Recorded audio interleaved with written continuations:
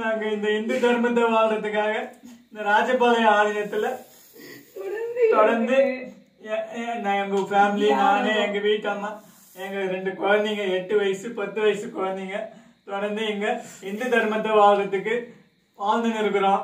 பூஜை புனஸ்காரம் செஞ்சுக்கிட்டு யோகா பூஜை தியானம் சொல்லி கொடுத்துட்டு இருக்கோம். வந்து போற மக்களுக்கு உணவு கொடுத்துட்டு இருக்கோம், அன்னதானமா கொடுத்துட்டு இருக்கோம். இந்த சனாதன தர்மத்தை தான் வாழ்ந்துட்டு இருக்கோம்.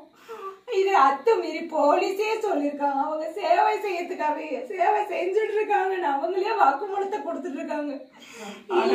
ஒரு வாரத்துக்கு முன்னாடி வந்து நீங்க வெளியே போங்க, நாங்க எங்களுக்கு கோர்ட் ஆர்டர் கொடுங்க, நாங்க வெளியே போனோம்னா எங்களுக்கு கோர்ட் ஆர்டர் கொடுங்க வாட்ஸ்அப்ல கொடுக்குறாங்க. எந்த ஊர்ல இது? நான் ஒரு சட்டம் படிச்சவன், எந்த இடத்துல இது நான் இருக்கும்? கையில ஆர்டர் கொடுங்க, நான் வாட்ஸ்அப்ல சென்ட் பண்ணிட்டு நீங்க வெளியே போனாங்க. எங்களுக்கு நேரம் கொடுங்க, நான் கொடுக்கணும்னு நான் போய் ஹைகோர்ட்ல ஃபைல் பண்ணி நான் வாங்கிட்டு வரேன். அந்த நம்பரை எடுத்துட்டு போய் நான் சப் கலெக்டர் முதல் கொண்டு எல்லாருக்கும், டிஎஸ்பி ஆபீஸ், எஸ்பி ஆபீஸ் எல்லாருக்கும் கொடுத்துட்டு வந்தோம். நான் நேற்று கூட கொடுத்துட்டு வரேன். ஐயா திங்கக்கிழமை எங்களுக்கு எல்லாமே ஆர்குமெண்ட்டுக்கு கேக்குறேன்னு சொல்லியிருக்காங்க, ஆர்டர் கொடுக்குறேன்னு சொல்லியிருக்காங்க. வெயிட் பண்ணுங்க ஐயா, நான் கெஞ்சுறேன். இன்னைக்கு காலையில வந்து குண்டு கட்டா 10-20 போலீஸ் வந்து எங்களை தூக்கி போய் வெளியே விசாட்டாங்க. நீங்க பண்றது அத்துமீறி பண்றீங்க, கிரிமினல் நடவடிக்கை எடுக்கிறீங்க அப்படின்னு கேமரா சொல்றாங்க. இது உங்க பேர்ல இல்லன்றாங்க.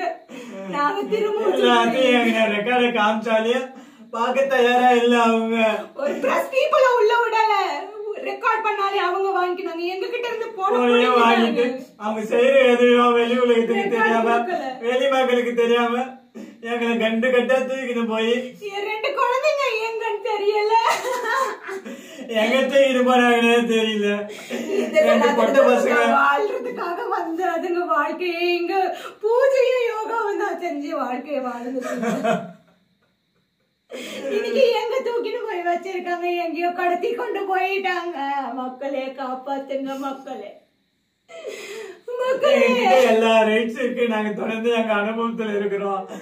பத்திரம் எங்க கிட்ட இருக்கு, பட்டா இருக்கு, வரி கட்டி நிக்கிறோம், கவர்மெண்ட்டுக்கு பஞ்சாயத்துக்கு வரி கட்டி நிக்கிறோம். எல்லாம் இருந்தோம், எங்களை இந்த மாதிரி நிம்மதியா வாழ விடலையே.